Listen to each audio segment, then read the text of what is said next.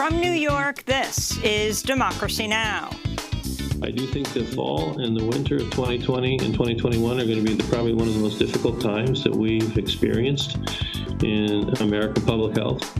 As the U.S. reports its highest one-day spike in infections, and 11 states report record hospitalizations, the head of the Centers for Disease Control issues a dire prediction. Now the Trump administration's demanding states stop sending COVID patient data to the CDC, which then releases it to the public. We'll get response from Dr. Ali Khan, epidemiologist and dean of the College of Public Health at the University of Nebraska Medical Center.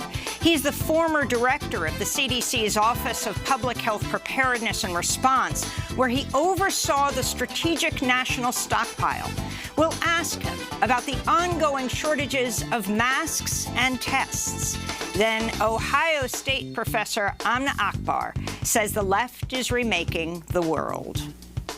We are living in the era of Trump and the wall, the insurgence of white supremacy and right-wing movements. But we are also living in an age of protest and organizing and striking from the bottom and the left. Black Lives Matter and the indigenous Red Nation and Mejente and critical resistance. The nurses and the teachers, the tenants and the Amazon warehouse staff, the drivers at Uber and Lyft. And as COVID-19 cases soar in the U.S. South and Southwest, we go to the hotspot of Arizona. 88% of the state's ICU beds are full. The family of one man accuses Arizona Governor Ducey and President Trump of being directly responsible for his death. Governor Ducey's got blood on his hands. He was late to close down the state. He was early to open it.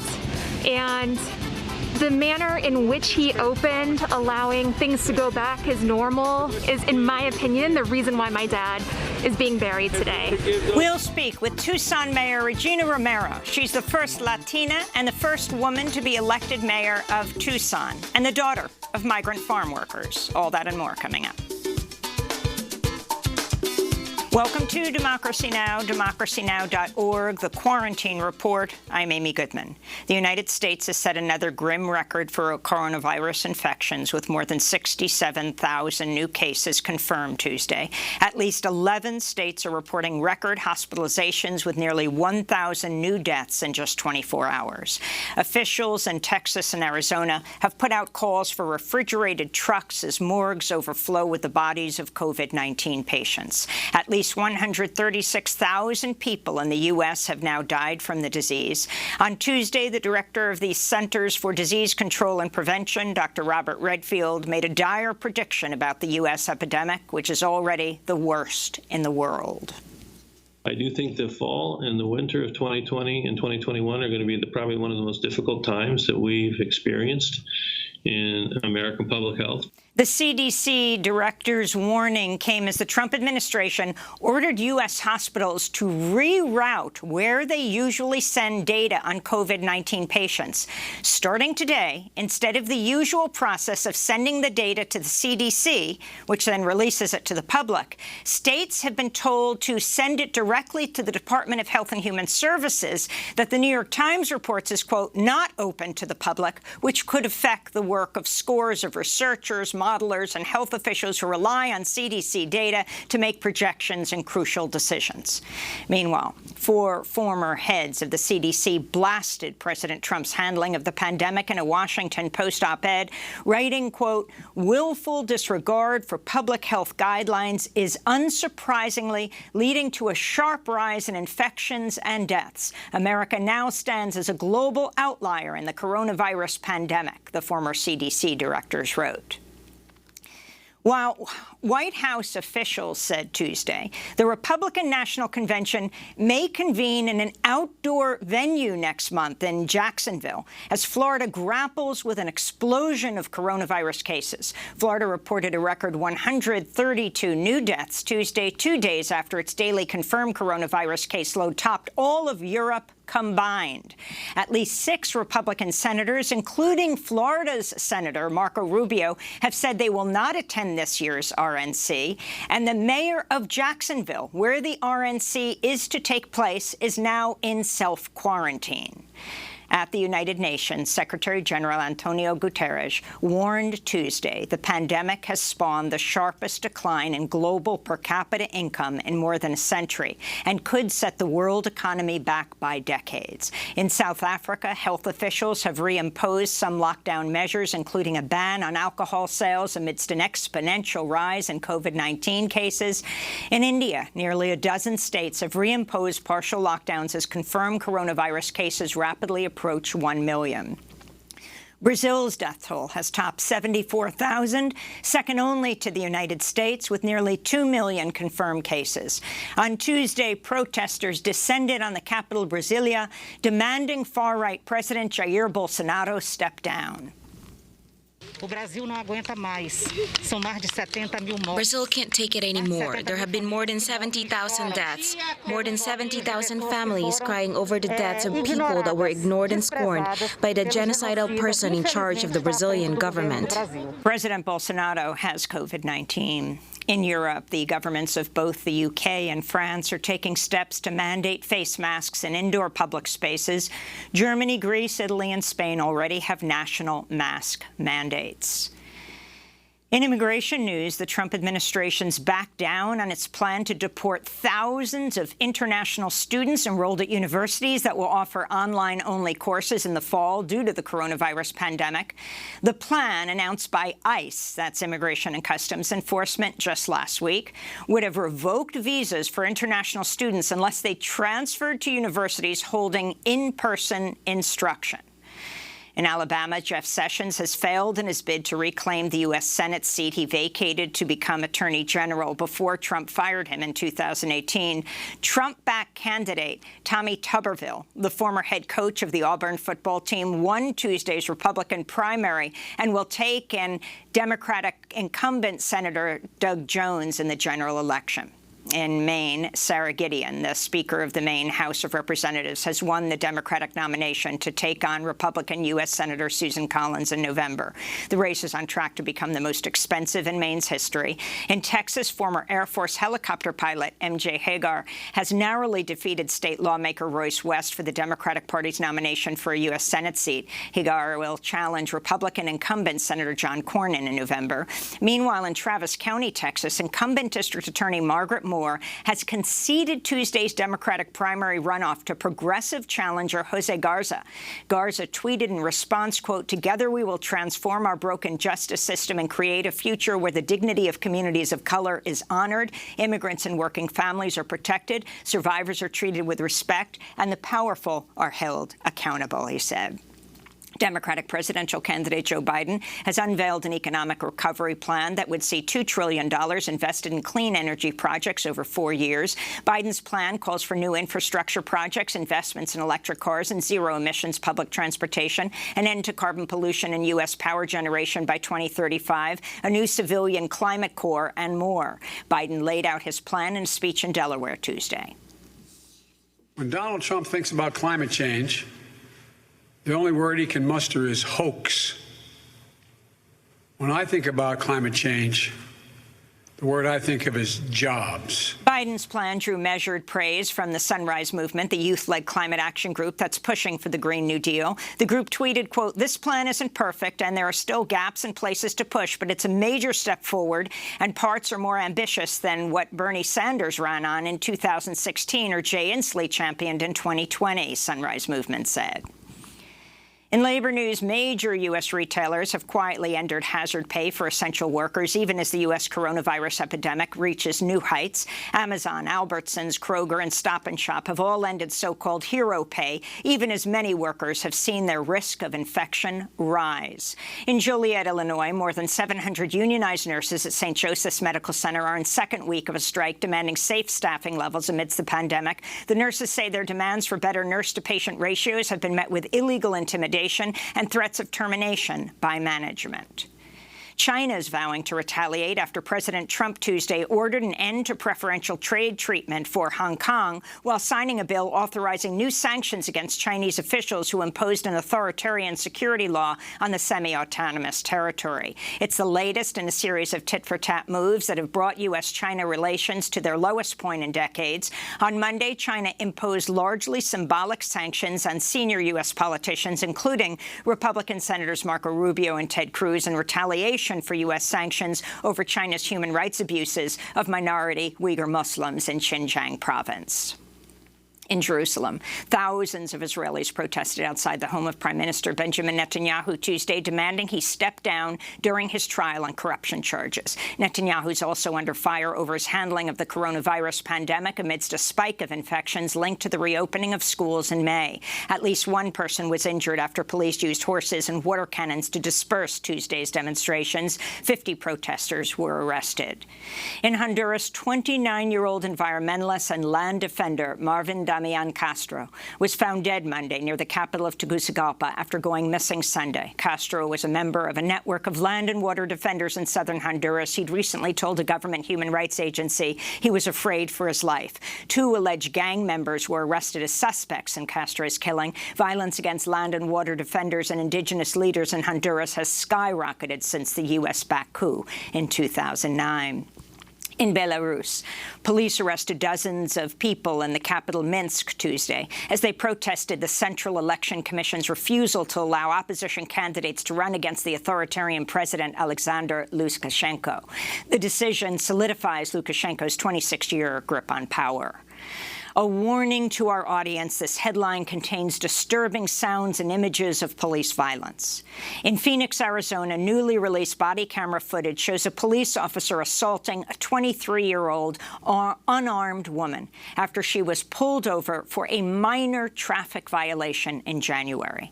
The video shows Officer Michael McGillis stopping Mariah Valenzuela without explanation before he suddenly tackles her and slams her to the ground without warning. Is this your car? No. Bravo John Sam 5455. Do you have ID on you? No. Why am I getting pulled over? Put your hands behind your back. Excuse me! Put your hands behind your back! No! Put your hands behind your back! Stop! Stop! Stop!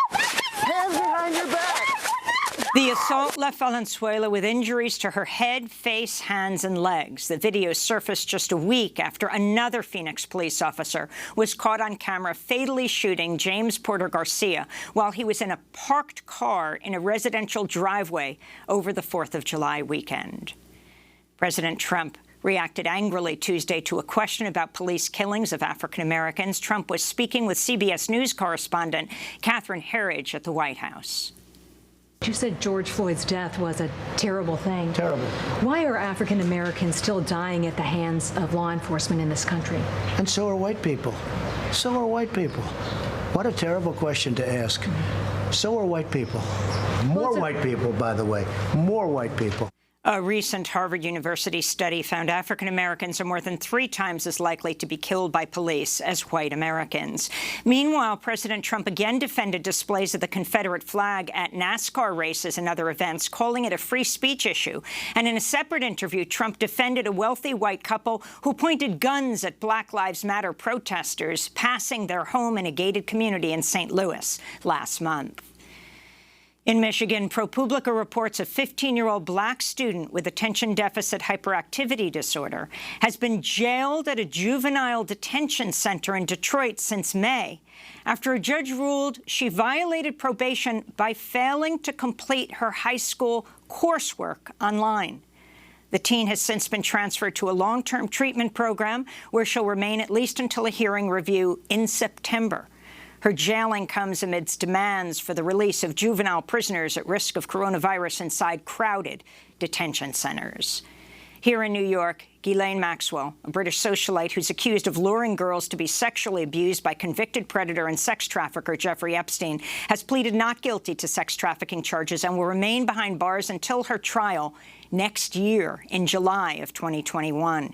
A judge denied Maxwell bail Tuesday after 2 of Epstein's accusers pleaded for her to remain behind bars, and federal prosecutors argued she was an extreme flight risk. Maxwell is being held at the Metropolitan Detention Center in Brooklyn, where her attorneys say she's at risk of contracting the coronavirus. She was arrested July 2nd, faces up to 35 years in prison if convicted.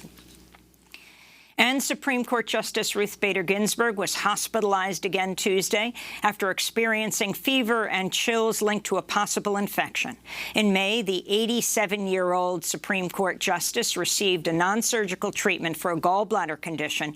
In 2018, she had surgery for lung cancer after previously beating pancreatic and colorectal cancer. And those are some of the headlines. This is Democracy Now!, democracynow.org, The Quarantine Report. I am Amy Goodman in New York. Juan Gonzalez is broadcasting from his home in New Brunswick, New Jersey. Hi, Juan. Hi, Amy, and welcome to all of our listeners and viewers across the country and around the world. Well, we're moving in on records being set every day. Coronavirus cases worldwide have soared by more than 1 million in just 5 days. The World Health Organization is warning the pandemic is raging out of control in North and South America, and that outbreak will continue to worsen if governments don't take basic public health precautions. If the basics aren't followed, there is only one way this pandemic is going to go. It's going to get worse and worse and worse. Here in the United States, more than 67,000 new cases of the coronavirus were reported Tuesday alone, marking the highest one-day spike so far. And at least 11 states reported record hospitalizations. More than 136,000 people in the country have now died from the disease. During a webinar with the journal The American Medical Association, the director of the U.S. Centers for Disease Control and Prevention, Dr. Robert Redfield, made a dire prediction. I do think the fall and the winter of 2020 and 2021 are going to be probably one of the most difficult times that we've experienced in American public health. This comes as the Trump administration has ordered hospitals to bypass the Centers of Disease Control when they send COVID-19 patient data.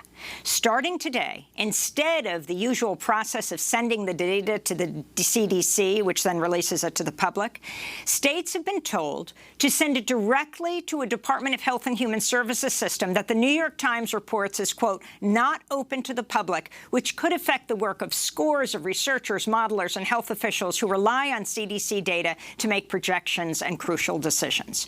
For more, we're joined by Dr. Ali Khan, epidemiologist and dean of the College of Public Health at the University of Nebraska Medical Center. He's the former director of the Office of Public Health Preparedness and Response at the CDC. He's also author, with William Patrick, of The Next Pandemic, On the Front Lines Against Humankind's Gravest Dangers, a book that looks at how the world's public health community responded to outbreaks of the most dangerous infectious diseases over the past quarter of a century. Dr. Khan, welcome to Democracy Now! It's great to have you with us. Let's start with that new directive that no longer are hospitals to send their information on COVID-19 patient data to the CDC, but instead to bypass the CDC. Can you talk about the significance of this? Good morning, Amy, and thank you for the opportunity. I think that story is a little bit more nuanced. So the type of data that's going to the Assistant Secretary for Preparedness and Response is capacity and utilization data in terms of how many hospital beds are being used, how many ICU beds are being used. And that data has always traditionally gone to ASPR and not gone to CDC. What we're not seeing is that public health data is being rerouted to CDC, rerouted from CDC. So that story about where that specific bit of data is going may be a little bit nuanced because it's always gone to the Assistant Secretary for Preparedness and Response in the past. But the stuff that's being bypassed from the CDC, the significance of the public not then being able to see it? Now, that would be an issue if the data is no longer available to the public. If you read the original memo, which I did, this was all about streamlining data to a single capacity data and utilization data. So how many hospital beds are being used, how many tests are being performed in hospitals to one site, so that multiple federal agencies are not asking hospitals for the exact same thing. This is what hospitals have asked for. They do not want to send data to multiple federal agencies. They want to send it to one place that is then shared everywhere else. So as long as the real test is this data still available to the American public is the real test.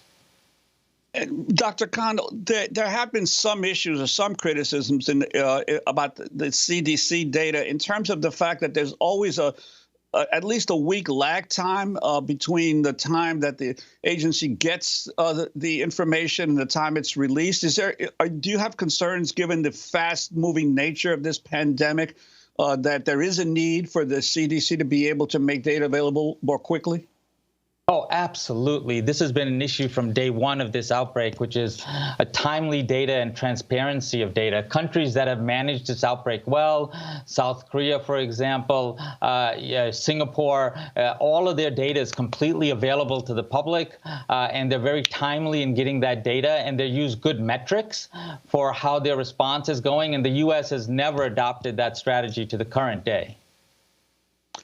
And speaking about other countries, what's your concern about the U.S. response to the pandemic compared to some other countries like South Korea or New Zealand?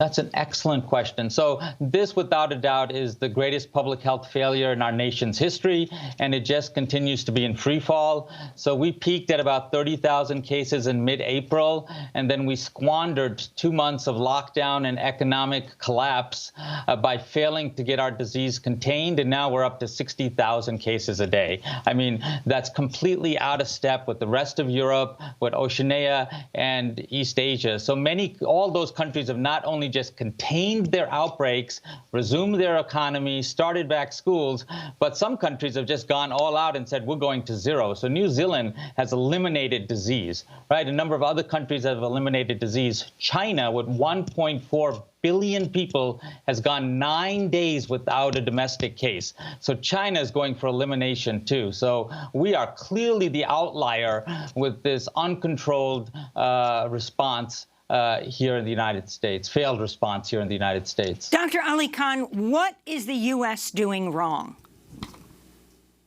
So it goes right back. So, in the early days, I said it was lack of imagination. So, the U.S. had sort of been sucker punched by this outbreak. But at this point, it's very clear we don't have a national strategy based on the 4 principles that everybody else has used to get rid of this outbreak. Simple 4 principles, right? So the first principle to contain this outbreak is leadership. So that's integrated whole of government leadership from the local, state to national level. We still don't have that. We can't agree on so many things that are important.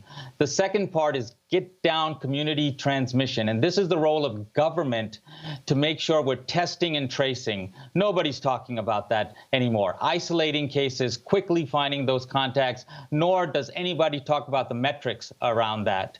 The third thing is community engagement, and that's our role, right? Wear a mask. Please wear a mask. Wash your hands, social distance. And the fourth thing is do what you can to make sure that people who are hospitalized are more likely to survive. And the one drug we know that does that right now is dexamethasone. So those are 4 simple principles, a national strategy, 4 principles. We can get our disease contained like so many other countries all over the world.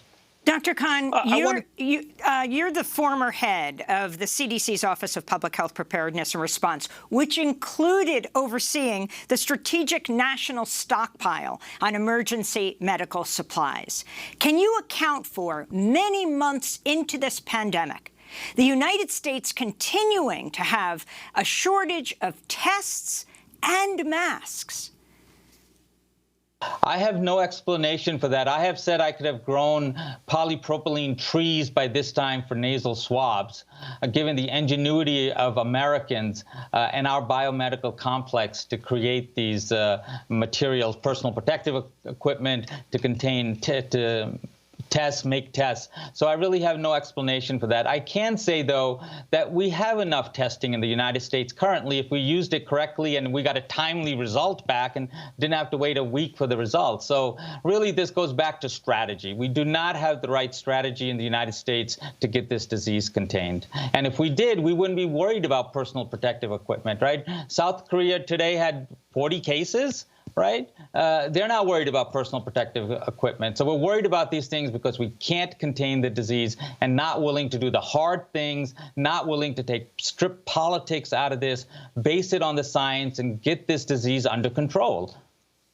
And Dr. Khan, I wanted to ask you about the role of Anthony Fauci in terms of the handling of this disease, because on the one hand, we see the reality that the Trump administration is trying to undermine his credibility these days as he increasingly comes into conflict with what the president wants to do. But on the other hand, there are some legitimate questions. And in the early parts of the pandemic, Dr. Fauci did urge people not to wear masks. Now, he didn't couch it by saying there's a shortage. But at that time, most people in Asian countries were wearing masks, widespread use among the population. Your assessment of how Dr. Fauci has handled the crisis? So really, this isn't about Dr. Fauci, right? This is about CDC, which is our nation's public health agency. And we need to see our nation's public health agency get their role back to educate the American people, to provide the necessary data, and get us back into containment. And there's no doubt that there were missteps made by our public health agencies and public health professionals. Masks is a good example. The lack of a strategy that couldn't tell the difference between flu and a SARS virus, the lack of testing. So there were a lot of missteps. However, what we need now is we need that talent we've always had at CDC back at the forefront talking about public health issues. That's where our public health expertise resides. It resides at CDC, not at the NIH, not at ASPR, not at whatever. It resides at CDC. We need to hear CDC's voice, bring those wonderful, amazing people, the greatest public health agency in the world, back to the forefront and help us contain this disease. And how optimistic are you about the development of a vaccine? I am optimistic. However, the road to an uncertain vaccine is paved in death. Right. So we talk about 60,000 cases a day. So that's basically we're minting 600 to 1,000 new death certificates every day. Right. We can't wait for a vaccine. Right. And other countries have gotten their diseases contained and eliminated without a vaccine. So, yes, I would love a vaccine. There's lots of data that makes it problematic. Immunity may be short-lived. We've never had vaccines based on these technologies. So I'm, as anybody else, I'm optimistic. I hope there's a vaccine. We don't need a vaccine today so that we don't kill another 600 to 1,000 people tomorrow. We have the tools. Can you talk, Dr. Ali Khan, about what it would mean if the President of the United States simply put on a mask on a regular basis? Trump seeing a mask as weakness. Only this past weekend, you saw him for a minute wearing a mask, and he said, well, he was in a hospital. The significance of what this would mean at the federal level, then you see it go down to the state level. His biggest allies, DeSantis, the governor of Florida, for the first time donning a mask. In Arizona, we're going to go to and speak with the mayor of Tucson today. Governor Ducey, a recent death in Arizona of a Mexican-American man.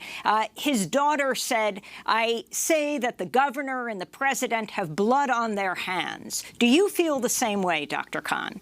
I believe all of government has blood on their hands. 136,000 deaths, preventable deaths, a tragedy. There's a lot of blood to go around here, Amy. Let's be very honest. If you look at the rest of the world that's contained their disease and some even eliminated. So there's a lot of blood to go around. But what you saw in countries that was successful was that each and every politician, regardless of their party, followed the science. So everybody said, wear masks. No controversy. Everybody wore a mask. They got their disease under control. And we need to see that again right now at every political level, local, national, local, state, national. Wear a mask. That's one of the 4 strategies that will get us out of this mess. So we need everybody to be wearing a mask at this point. Let me ask you about some of the recent studies out of China, Germany, and Britain suggesting that people who've had COVID-19 begin losing their antibodies in just a few months. So even if there was a vaccine, the significance of this, Dr. Khan, and also of the younger people that we're seeing get sick and die all over the country. So, Amy, two great questions. So, yes, if your immunity is short-lived, that makes this finding a vaccine, we're chasing rainbows, right? So, again, a reminder, we don't need a vaccine to get out of this mess. Even today, I'm very hopeful. Public health still works today the way it worked at the end of January. We can get this outbreak under control. As far as young people are involved, without a doubt, we see less severe disease. However, young people also can get sick, right? They can also get hospitalized. They also die. We are now learning that about 50% of all people who get infected with this disease have some sort of heart abnormality. So even if you don't die, there are long-term complications of this disease. So we don't want our young people to get infected either. And Dr. Khan, speaking of young people, your sense of how various states and school districts around the nation are handling the issue of the reopening of public schools. What's your assessment of because obviously, depending on where you are in the country, there's very different solutions, whether it's all remote or partial days of the week in the schools? So I will be very honest to you. As a pediatrician, as a father, as a public health professional, we need kids back in school. Right, without a doubt. We need to get kids back in school for numerous reasons, but we have to get them back safely. And we know we can do this. You know, I just did a review of over 15 countries that were able to safely get kids back in school. But that's based on not just the safety measures we take and wearing masks and everything else that the kids need to do. It's based on dropping community transmission. So I say that unless you have approximately 25 cases per million population per day, you can't resume schools, right? So if people want to go back to schools, please put on your mask, right? Drop your community transmission. Work with the local health department. Make sure they have the support they need to test and trace everybody. You know, this is what we all need to do to get our kids back in school. Let's not put them at risk. Dr. Ali Khan, we want to thank you for being with us, epidemiologist, Dean of the College of Public Health at the University of Nebraska Medical Center, former director of the CDC's Office of Public Health Preparedness and Response, where he oversaw the Strategic National Stockpile. When we come back, we speak with Ohio State professor Amna Akbar, her new piece, The Left is Remaking the World. Then we'll speak with the mayor of Tucson. Stay with us.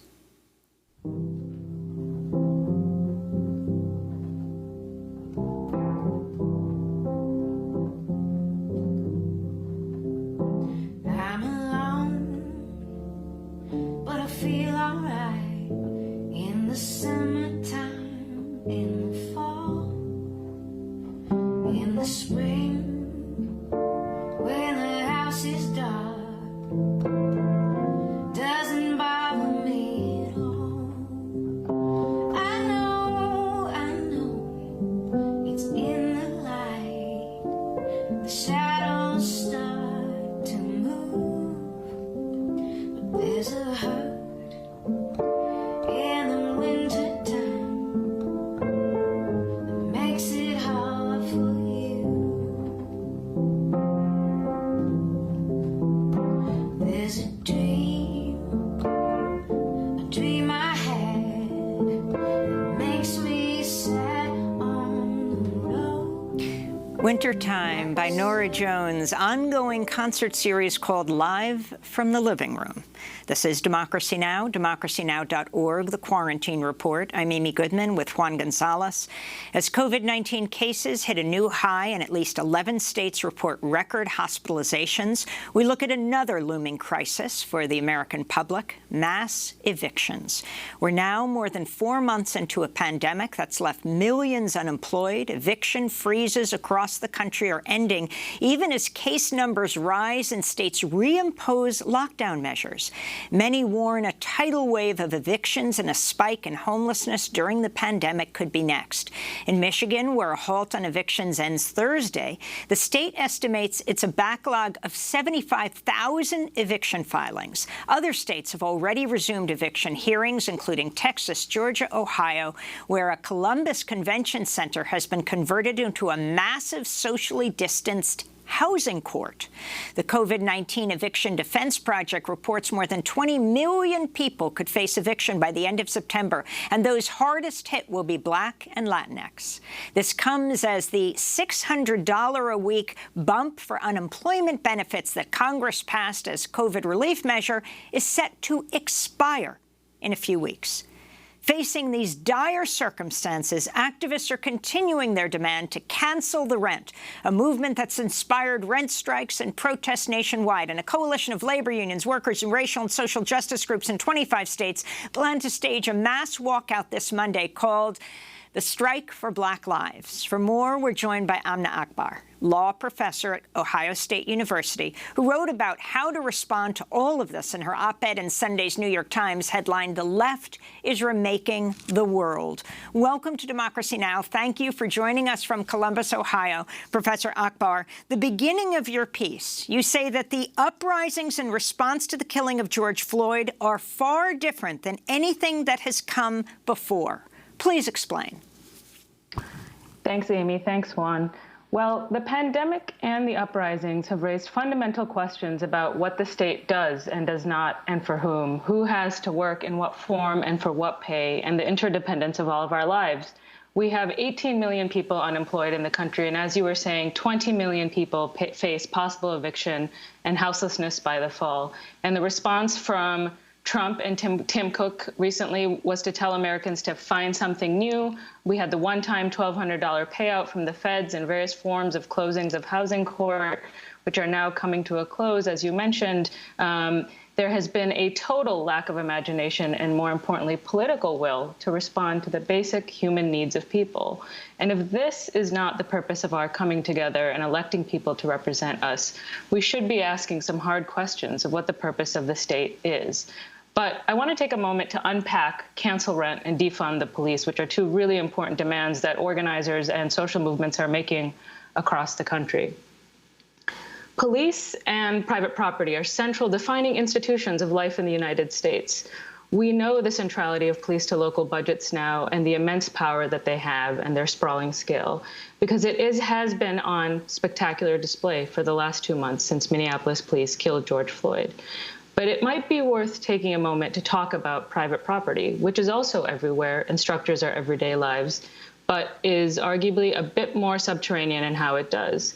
Private property is the basis of our legal regime. It's a settler regime, a capitalist regime, a racial regime. It creates these relationships where some people own property and most people don't. And if you don't own property, you have to pay for it.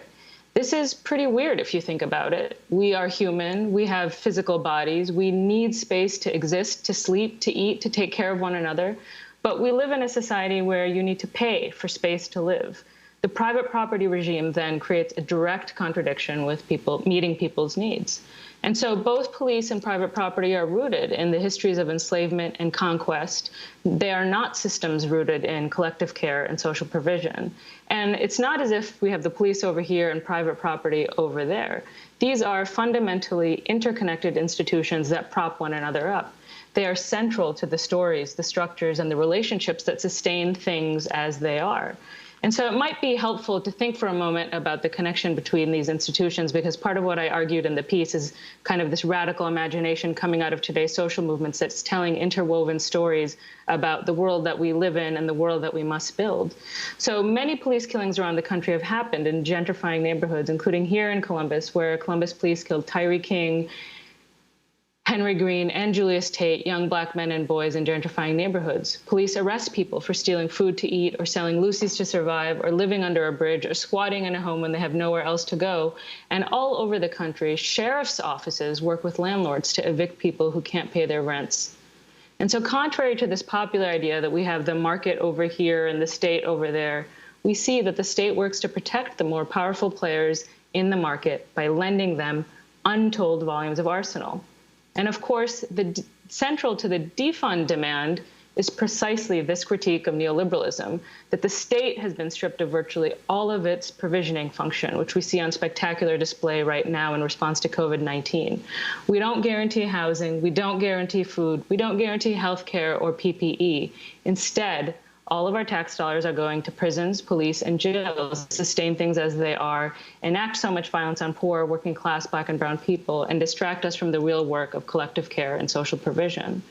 And so the pandemic and the uprising have put a magnifying glass on how the most powerful institutions in the most powerful country on earth have absolutely failed to meet the needs of the vast majority of Americans. We have a federalist system with layers of government, right? We have local, state, federal, and none of it guarantees any of the basics that we need to survive. We're always told it's too expensive and we can't afford it. But now we know that we spend hundreds of billions of dollars on building prisons, jails, and detention centers to house 2.3 million people in cages. We pay the salaries and benefits of 800,000 police around the country for their tanks and guns and horses and bikes, tasers and stingrays. And in that case, it's no surprise that the police responded so quickly and in such a coordinated fashion across the country in response to the protests, and the state completely failed to respond to COVID-19. And of course, on the other hand, the pandemic and the uprising have reminded us of our collective power and our collective resilience. We have the power to consent or refuse. We have the power to build alternatives. So when today's movements and organizers are calling to cancel the rent or defund the police, these demands are calling for material changes to make a real impact in the daily lives of everyday people. And the demands in themselves are throwing into crisis the very shape of the state today, because they ask the state to step in on behalf of people over property and people over police. And we live in a society where both of those institutions, private property and policing, take precedent over the lives of working class people. Professor Akbar, I wanted to ask you, though, what is singular about this movement compared to movements in the past that also believed that they were remaking the world? I'm speaking, for instance, of the anarchists, the Magonistas in Mexico, the International Workers of the World in the early 1900s, the communist and social movements in the 1930s, right after in the wake of the Great Depression, the New Left movement of the 1960s, which I was a part of. Our slogan then was not defund the police; it was off the pigs, and yet each of these movements thought that they were going to remake the world. However, capitalism proved to be a lot more resilient in its ability to co-opt and to adjust to the threats. I'm wondering how you think that this is going to be any different. And also, are you taking into account the potential for a fascist or right-wing response to the current movement? Thanks, Juan. So we are about a decade into sustained social movement activity in the United States. If you think back to Occupy focused our attention on capitalism and income inequality through an exercise of prefigurative politics through the encampments that we saw all around the world. And then through Ferguson and Baltimore, Black Lives Matter, and more, all of those kind of protest moments made us confront the long history of anti-Black violence in the United States. Standing Rock made center stage indigenous struggle and how the state and powerful corporations work together to take from the land in blatant violation of treaty rights, connecting indigenous resistance to environmental justice and environmental degradation to capitalism. And now with Defund Police, we have a new call, kind of a new moment where left social movements, young people of color, are calling for these various modes of reforms that are designed to imagine and start to build a different kind of world. And now, and then the moments I just named are kind of the spectacular headline moments, the moments of the whirlwind. And all the while, long before and long after, you have the slow work of organizing. So you have base building, political education, toolkits, campaigns, coalition building, and canvassing. And so in the last decade, we have built our power and our analysis, expanded our collective muscle for a wide array of strategies and tactics, and built all sorts of institutions, organizations, coalitions, magazines, podcasts, bail funds, mutual aid networks, and more. And so while there are certainly differences and analysis and theories of change across the left and working class organizing, there's also a growing overlap with more and more people understanding why the status quo can't stand, how the status quo is a product of a global and local history, and the need to come together to build alternatives. And so whether this is a more powerful formation or powerful moment than any other one across the, in the history of the United States or around the world, that I don't know. But I do know that over the course of my life, this is certainly the strongest the left and working class movements have been. And I feel hopeful about where we are. And of course, I feel apprehensive because our opponents are not going to pack up and go home, as Rachel Hertzing put it the other day when I was talking to her. We are going to see, and we are seeing, state repression all over the country, whether it's federal prosecutions of protesters or all sorts of local and state prosecutions, and not to mention the ongoing criminalization and prosecution of working class people for their survival. And so the odds against us are long, but we are also stronger than we have been over the last few decades. Well, Amna Akbar, we will certainly continue to cover all of these issues, and we hope to get back to you soon. Professor Akbar teaches at Ohio State University. We'll link to your column in the New York Times headlined, "The Left is Remaking the World." When we come back, we'll be joined by the mayor of Tucson, Arizona, yet another hot spot in the United States. Stay with us.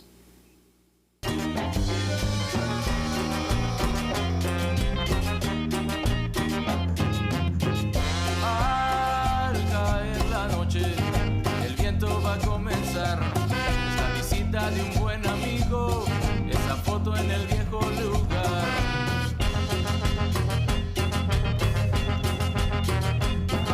El tiempo no pasó en vano, el cielo le da otro color. Por más que pasan los años, siento más tu calor. El tiempo no pasa en vano, rasga el cielo le da otro color.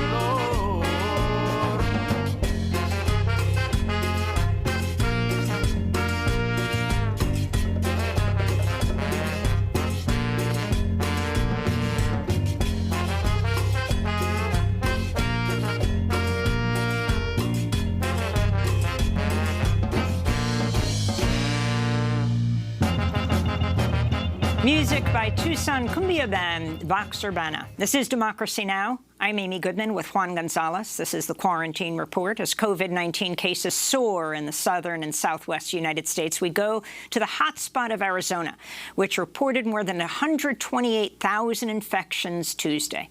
Nearly 90% of Arizona's ICU beds are full. Republican Governor Doug Ducey faces widespread outrage for downplaying the virus and even obstructing local officials from requiring masks in June as case numbers began to explode.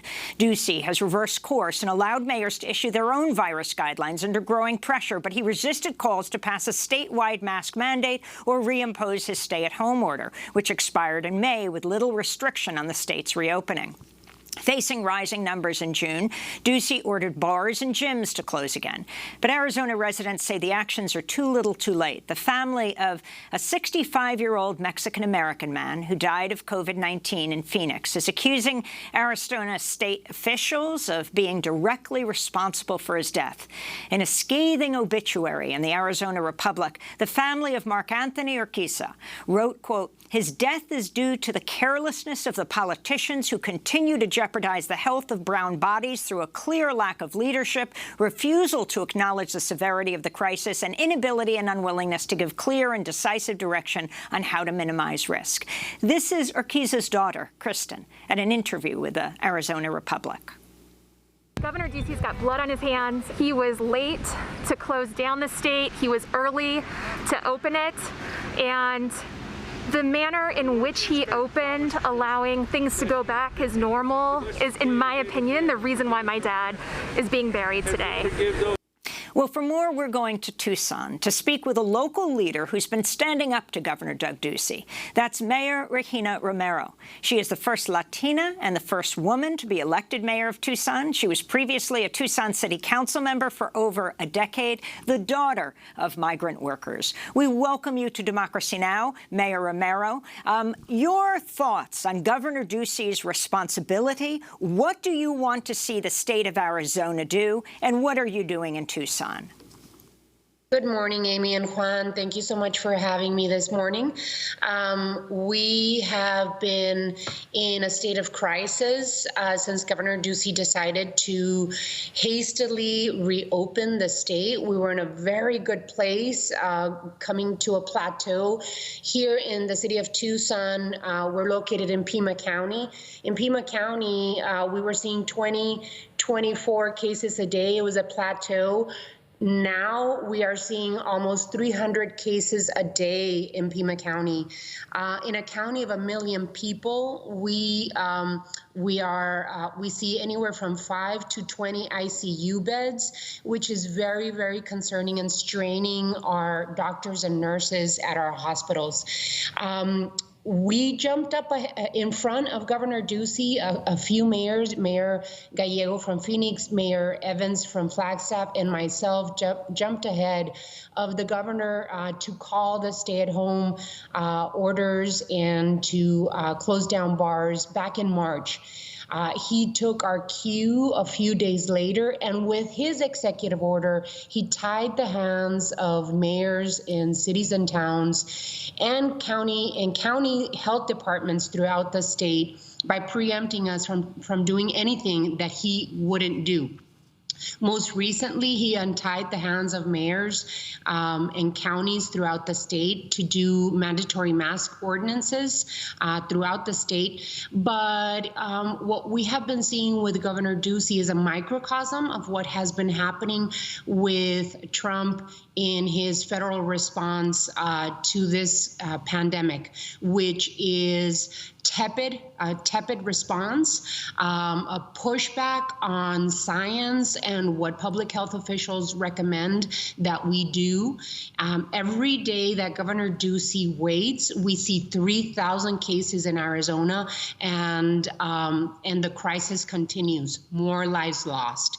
And so what we have been doing here in Tucson is basically pushing the governor to do the right thing, because it's a very real threat. If we do move ahead in front of him, the state legislature, the Republican-controlled state legislature, passed a bill about 3 years ago, 1487, that if any city does anything, any law that preempts the state, that our state shared revenue could be pulled from us. And those are millions and millions of dollars that we could potentially lose. And so in this crisis, we see ourselves as mayors in fear for the lives of our communities, in fear for the inability for us to be able to do anything. So what mayors across Arizona and I have been doing is publicly pressuring the governor to do the right thing.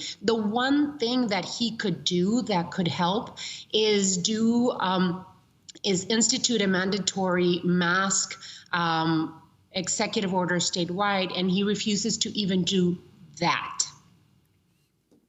Mayor Romero, what's the testing situation in Tucson and Pima County? Are people able to get testing? How long does it take to get the results back? And what kind of contact tracing is going on? The Pima County Health Department has been providing testing to the community. It has been very, very little. And even Pima County Health Department says that we need much more. We do not see the help of the governor from the state or of the federal government.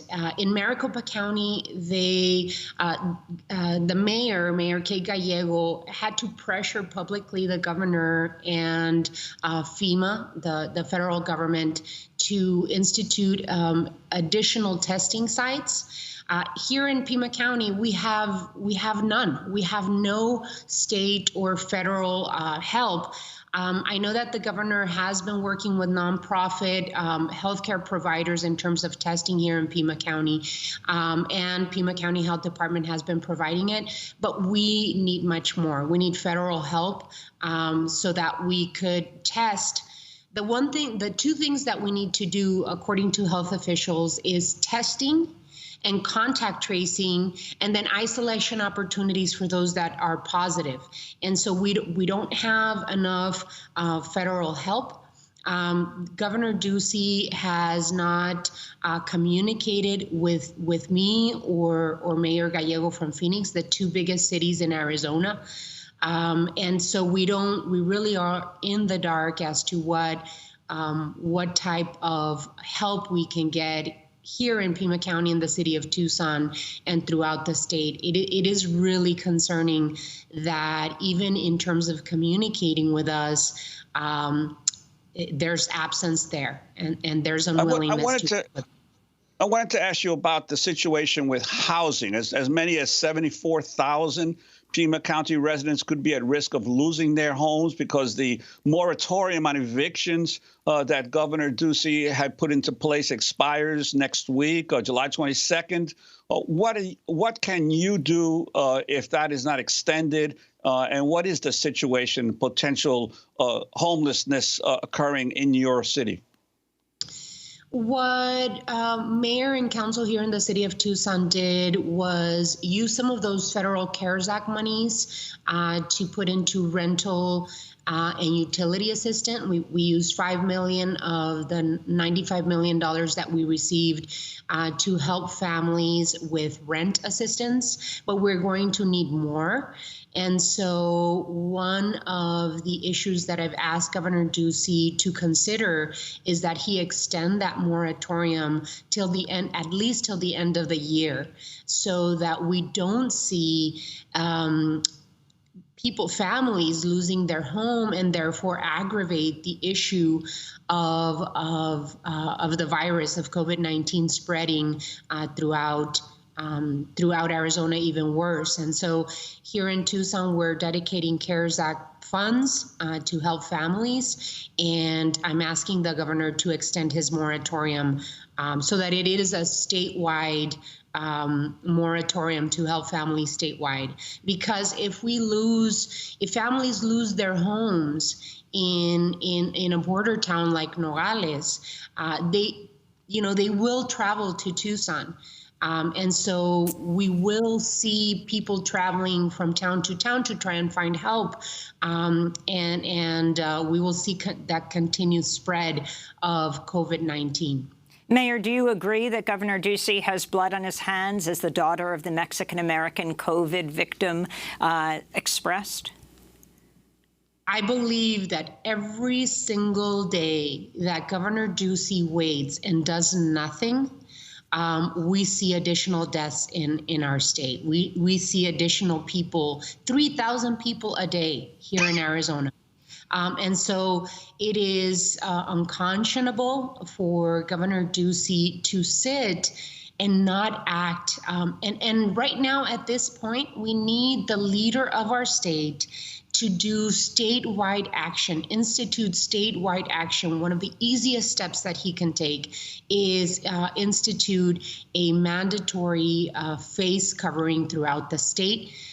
He can, and the mayors have told them that we will support him if he decides to recall his stay-at-home order, that we will stand behind him. It is a point of crisis right now in the state of Arizona. We're not only a hotspot in the nation, we're a hotspot in the world. So we need him to take a swift action so that we can bend this curve downwards and then move forward together. And finally, the link you see between what's happened with COVID-19, the effect on Black and brown populations, and also the issue of police brutality. You hung a Black Lives Matter banner on Tucson City Hall. We just have, 20 seconds. We are seeing Mexican Americans, brown and black, and Native American folk here in Arizona receive the biggest brunt of this disease, and so that points to issues in healthcare in not just Arizona, but our country. And so we see the brunt of COVID-19 here in Arizona. It points to inequities in healthcare delivery to people of color. And we have to, for me, it's important that we state the truth, right? That we have to leave it there. Mayor Romero, we thank you so much for being with us. I'm Amy Goodman with Juan Gonzalez.